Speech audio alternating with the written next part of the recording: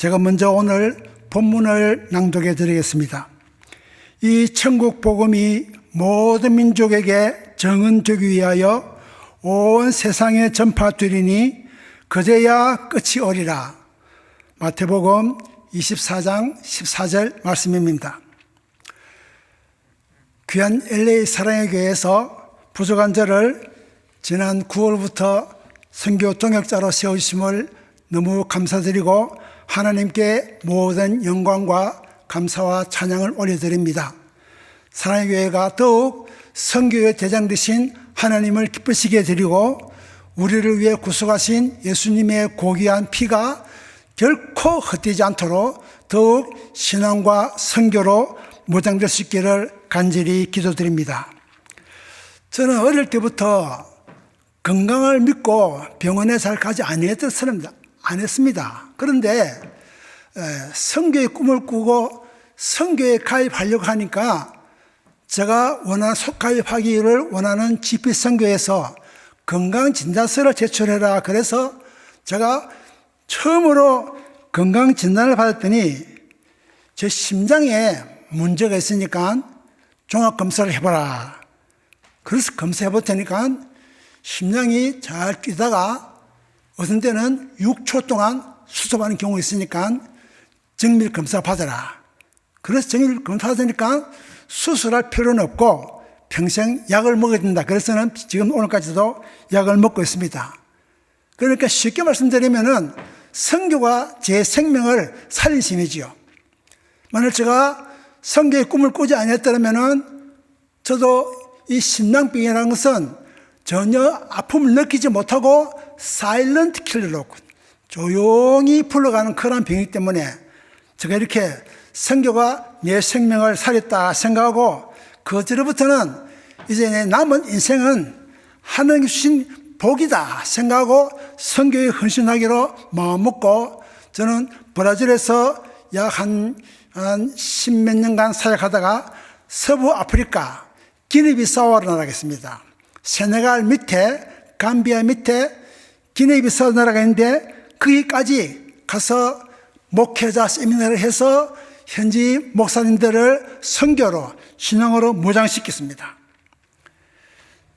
그리고 목회 세미나는 10번 개최했고 2005년도 7월부터 브라질에 도착해서 약 100교 이상 방문하면서 말씀을 전하면서 현지 교회를 선교로 무장시켰습니다. 제가 신학교 졸업하기 목회 때문에 유명한 목사님, 백운영 목사님, 조영종 목사님, 또 우리 이면수 목사님들을 이렇게 초청해서 현지 목사님들을 선교로 무장시켰습니다. 그래서 제가 상파울에서 약 한 70km 떨어져 있는 그 모지다 스크루즈라는 교회를 중심해서 선교 동원시켰더니 현지 교회가 감동을 받고 선교사를 1명, 2명 파송해서 제가 알고 있기로는 11가정이 파송되었더랬는데 지금 브라질 경제가 너무 어려워서 10가정은 다 브라질 철수해버리고 지금 1가정만 남아가지고 선교를 하고 있습니다. 그런데 브라질 목사님들이 자기들이 못 가니까 저보고 파송한 선교사들을 한 번은 방문해 주면 좋겠다. 그래서 제가 처음으로 2008년에 아프리카를 방문했는데 기니비사우 나라를 가서 방문했습니다. 그게 어떻게 저와 연결되는 브라질 목사님 계셔서 했더니 서부 아프리카 저는 말로만 들었는데 처음 가보니까 너무너무 안타까운 일이 많고 너무 선교의 항무지였습니다. 지금 우리 한국교회가 세계 선교에 그래도 남 못지않게 활동하고 있지만 우리 목사님들이 선교계의 지도적인 목사님들이 아직도 서부 아프리카를 방문했다라고 생각한 분은 제가 알고 아직도 한 분도 계시지 않았습니다. 그분들이 서부 아프리카 오셔가지고 서부 아프리카가 이렇게 황무지구나 보면은 저보다 더 큰 감동을 느끼고 한국에 돌아갔거나 아니면 미국에 돌아가서 이렇게 서부 아프리카가 선교의 황무지를 알리면은 되겠는데 제가 GP 선교 소속된 선교사인데 집회선교사 3대 대표부터 조용주 목사님, 그 뒤에 또 그 여러 목사님들 대표가 될 때마다 대표님 서부 아프리카 방문해 주십시오. 제가 오시면은 제가 안내해 드리겠습니다. 해도 아직도 한 번도 오시지 않고 있습니다. 그만큼 한국교회는 아시아 또 다른 지역에 힘쓰지 서부 아프리카는 힘쓰지 않고 있는 것이 제 마음에 너무 안타까운 마음입니다. 특히 제가 신학교를 세우고 지금 MK 학교를 세우고 있는 기니비사우는 제가 알고 있기로는 세계에서 제일 가난한 지역이라고 말할 수 있습니다. 국민 소득이 연 750밖에 되지 않고 이러한 나라마저 지금 이슬람 세력들은 자기의 남쪽 나라 진출을 위해서 우물 파기 지원하고 학교를 세워주고 도로를 세워주고 빈민들을 구제하면서 마구잡이로 남쪽 진출을 꾀하고 있습니다.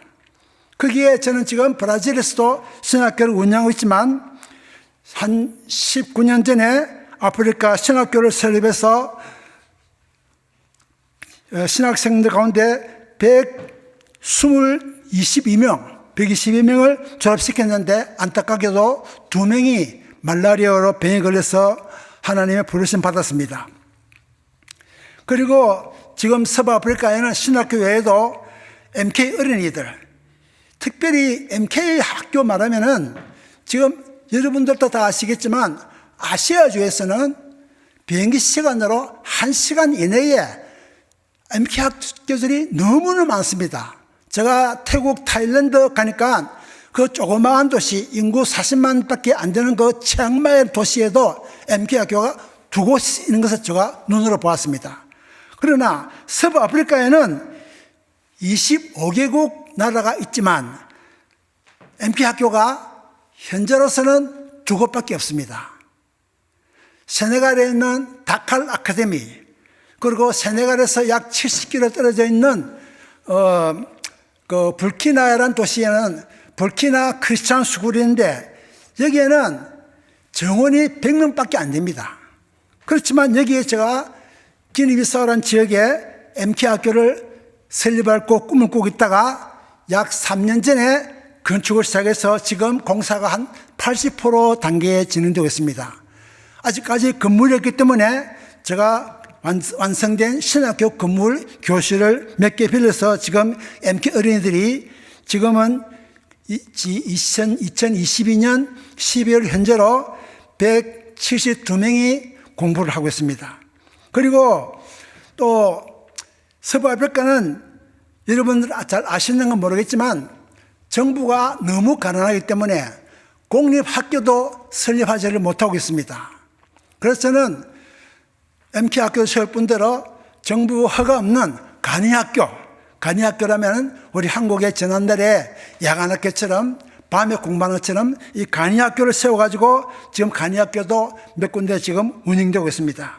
그리고 지금은 또 종료되었지만 몇 년 전에, 한 2, 3년 전에는 성인학교, 어덜트 스쿨, 성인학교를 세워가지고 무슬림들이 쭉 살고 있는 그 지역에 남자들은 초청에 오지 않고 있지만 부인들이 많이 와서 거기서 제가 가르치고 있는, 물론 제가 가르치지 않지요. 전문인 교사들 가르치지만 거기서 위생, 또 포어, 또 여러 가지 수학을 가르치면서 이 성인학교가 얼마나 큰 놀라운 열매가 있는지 이들이 우리 신학교에 와서 공부를 하면서 신학교를 보면서 그 가운데 몇 명이 지금 벌써 복음을 영접하고 있습니다. 이러한 아름다운 학교입니다.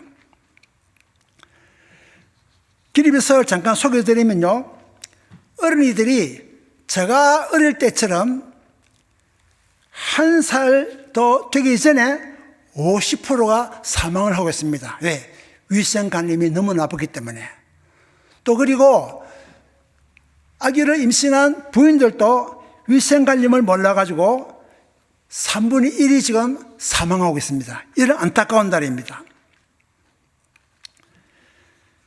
근데 참 제가 하나님께 감사하는 것은 우리 아프리카 신학교를 건설할 때에 제가 전혀 모르는 분들이 헌금을 많이 한 것입니다.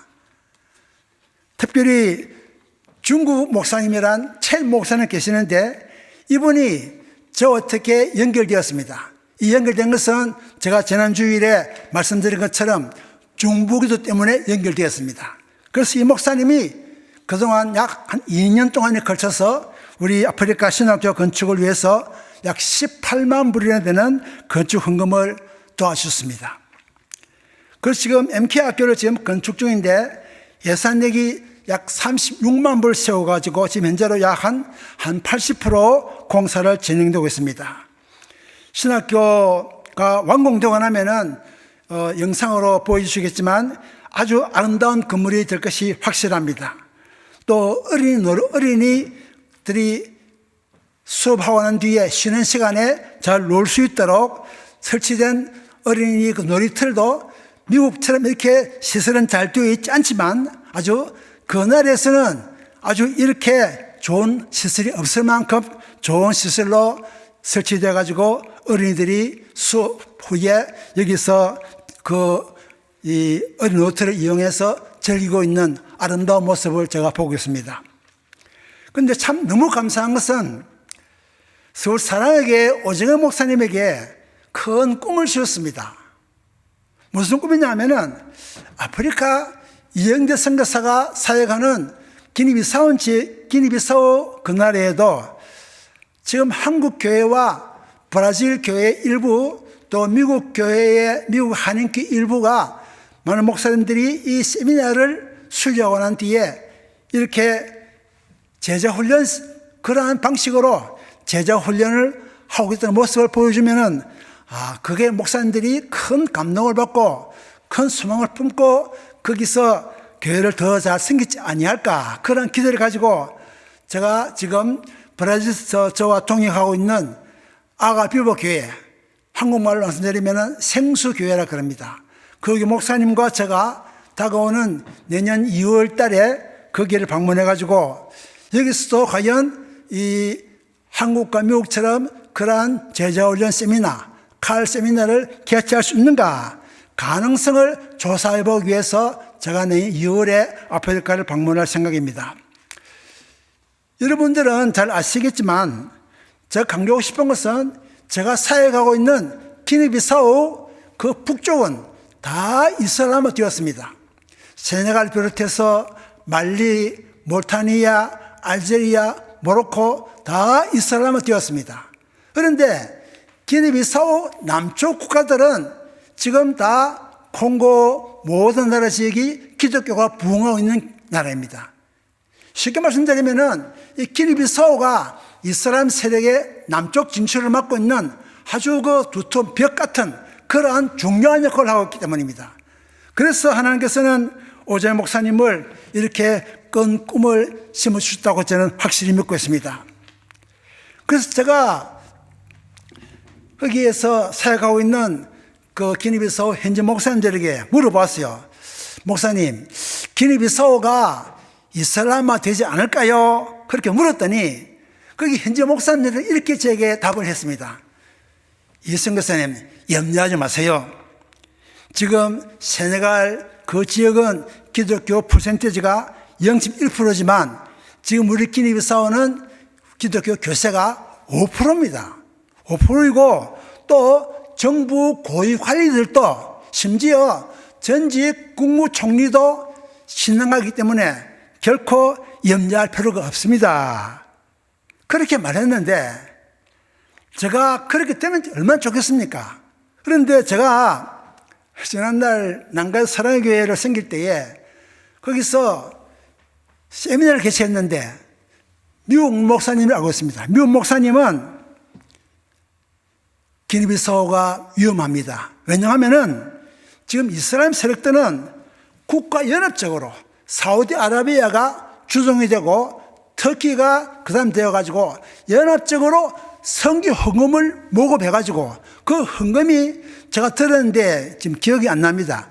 몇 수십억 불입니다. 그래가지고 그거는 국가적으로 각 나라에 억지로 배당을 해가지고 강제적으로 선교 헌금을 징수해가지고 미국 각 대학교에 장학금 뿌리고, 제가 조금 전에 말씀드린 것처럼 기니비사우 지역을 비롯해서 그 아프리카 서부아프리카 각 지역에 도로 건설, 학교 건설해서 이슬람 세력을 기니비사우로 무너뜨리고 남쪽 진출을 노리고 있다.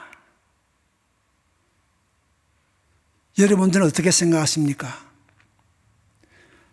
하나님께서 기니비사우를 보이시면 참 좋겠지만, 우리 하나님 택한 백성들은 우리가 할 수 있는 일은, 하나님께 기도도 중요하지만 우리가 할 수 있는 일은 우리가 해야 된다고 저는 확실히 믿고 있습니다. 그래서 저는 하나님 은혜로 신학교 건물을 완공시켰습니다. 이것은 제가 우선 능력이 있어서 된 것이 결코 아닙니다. 보통 선교사님들은 신학교 동창생을 이렇게 부탁해서 모금하는데, 저는 신학교 졸업하지 못했고 아무도 없습니다. 그러나 하나님께서는 기니비사우 지역을 사랑하시는 마음인지 저도 모르는 가운데 여러 교회들, 여러 주님의 종들을 마음 감동시켜서 신학교 건물도 완공시켜 주시고 이렇게 하는 나라에 쓰임받게 된 것을 저는 너무나 감사하게 생각하겠습니다. 다시 말씀드립니다.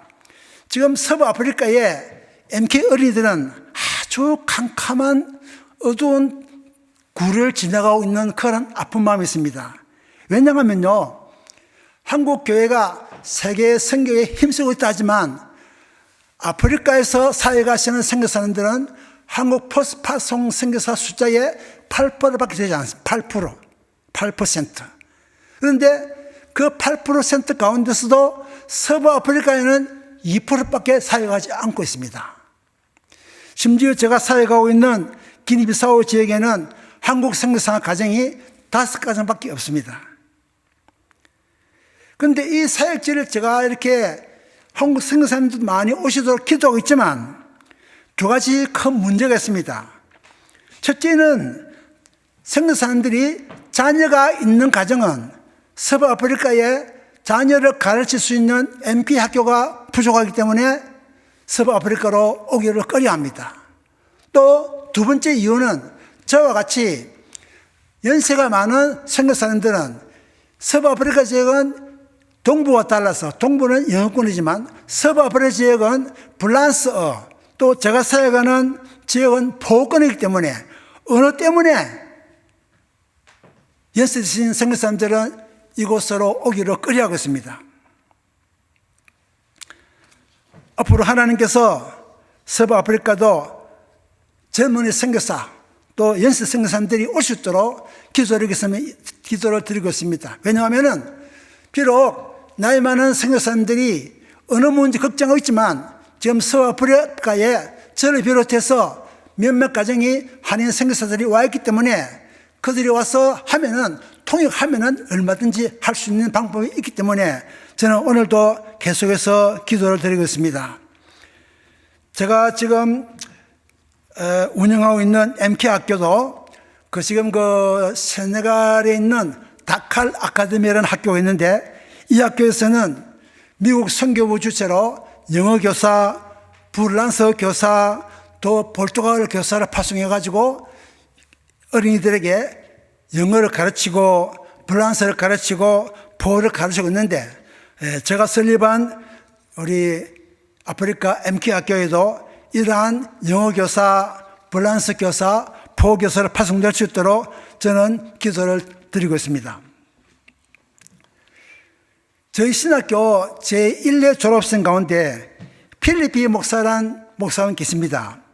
이 목사님이 벌써 신학교 졸업한 뒤에 5개의 교회를 설립했습니다.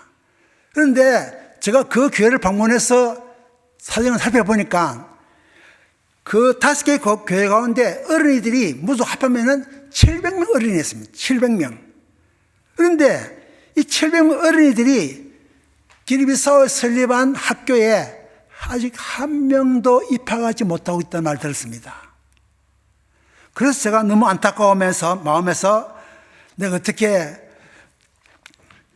목사님을 도와줄 수 있는 길이 없느냐 이렇게 물으니까 지금 그 700명 어린이들을 매주 5일 월, 화, 수, 목, 금까지 가르치고 있는데 오전 8시부터 낮 12시 가르치고 있는데 조그만 일이 있어도 아무 연락도 없이, 왜? 전화기가 없기 때문에 연락도 없이 결근을 하고 있기 때문에 이 교사들에게 조그만 것이라도 좀 이렇게 좀 돈을 도와주면 좋겠다 해서 제가 그때부터 그 12명 교사들에게 처음에 30불씩 도와주었습니다.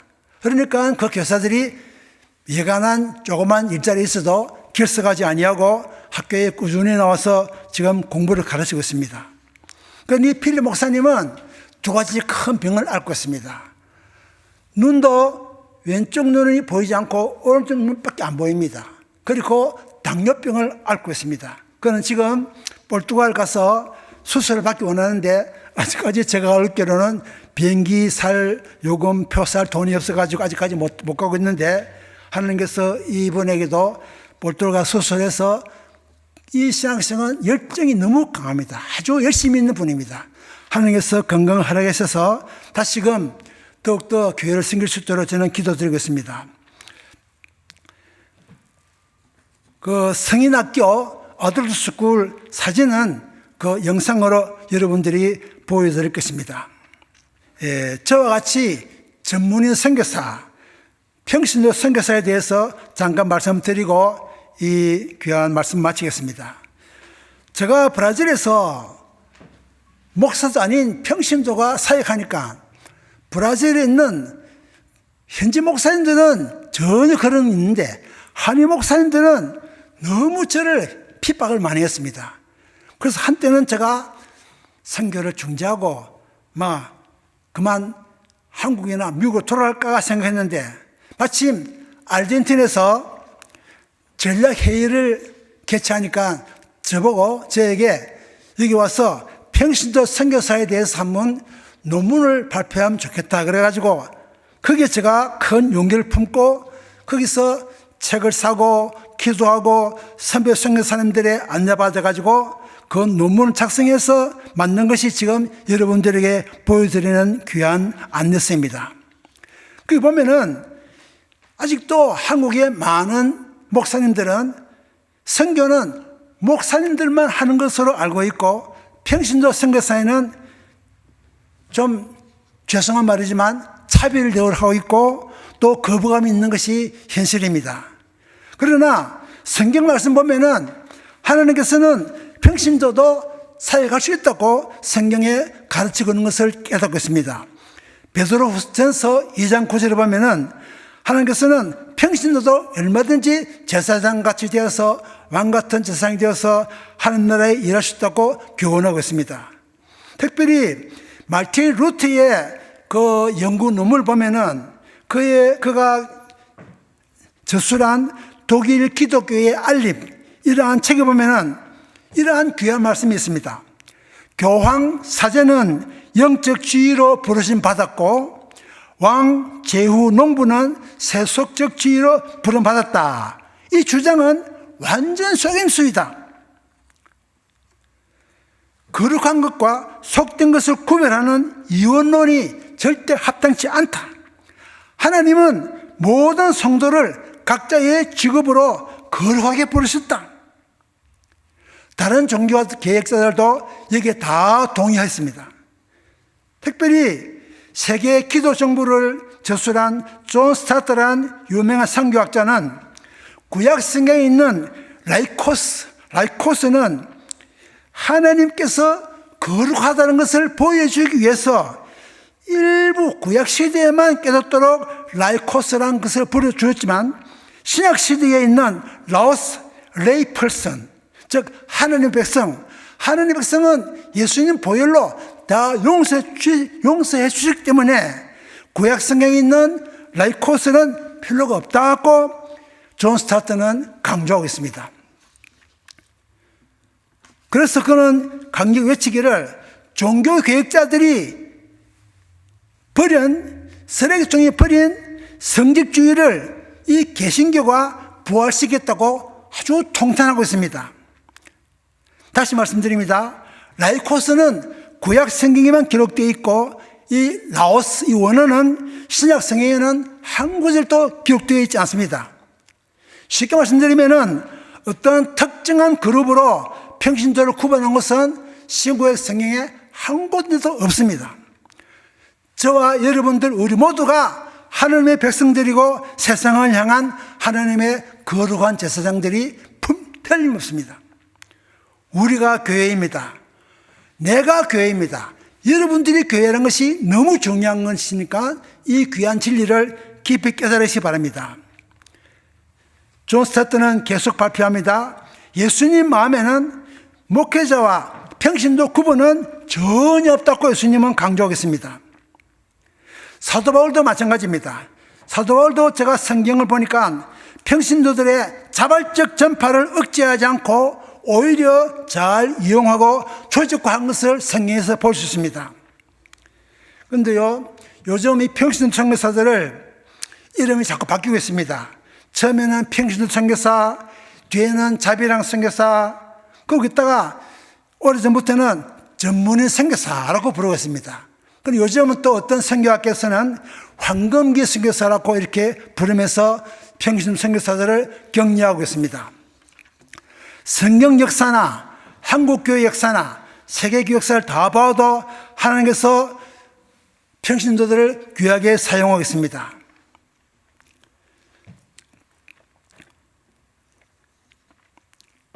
초대 선교학자 마이클 그린 박사님은 이렇게 평가하고 있습니다.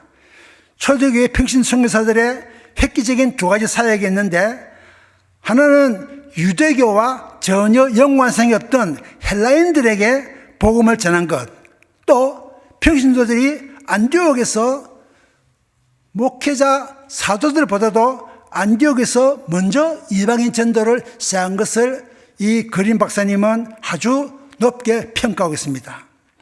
성경 역사를 봐도 스데반, 빌립, 가이오, 두기고, 소바도, 아굴라 부부 등 이런 분들도 목회자 사도들보다도 못지않게 선교한 것을 우리는 성경을 통해서 알고 있습니다. 제가 한국교회의 성교 역사를 살펴봐도 마찬가지입니다. 1986년도에는 평신도 선교사와 목회자 선교사 숫자가 비슷했지만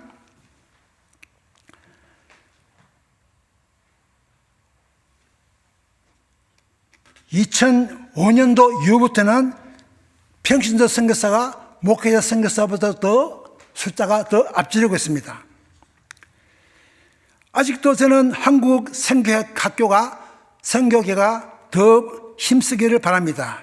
왜냐하면요, 우리 한국 교회 신학교들이 선교학 교육을 언제부터 시작했는가 제가 조사해 보니까 너무나 마음이 아팠습니다.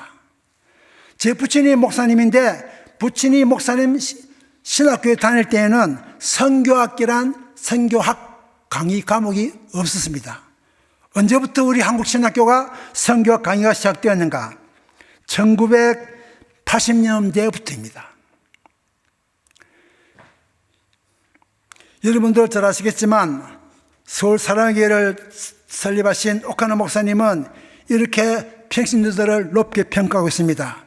오늘날 많은 한국교회에서 평신도가 잠자고 있다. 엄청난 힘을 가진 거인의 힘이 전혀 쓰이지 못하고 있다. 이렇게 오카노 목사님은 탄식하고 있습니다. 아무쪼록 이 사랑교회에서도 저와 같이 평신도들이 많이 세워지기를 간절히 기도합니다. 저도 그동안 대학교에서 공부하고 이 귀한 것이 너무 안타까워서 이렇게 나이가 많지만 이렇게 평신도를 사역하고 있습니다. 우리 사랑교회를 비롯해서 우리 모든 교회들이 자신감 있는 평신도 선교사들이 많이 세워지기를 간절히 기도합니다. 대단히 감사합니다. 하나님께서 여러분들의 마음 눈을 밝게 열어주셔서 앞으로 이 교회에서 평신도 선교사들이 많이 세워지기를 저는 계속해서 기도드리겠습니다. 감사합니다.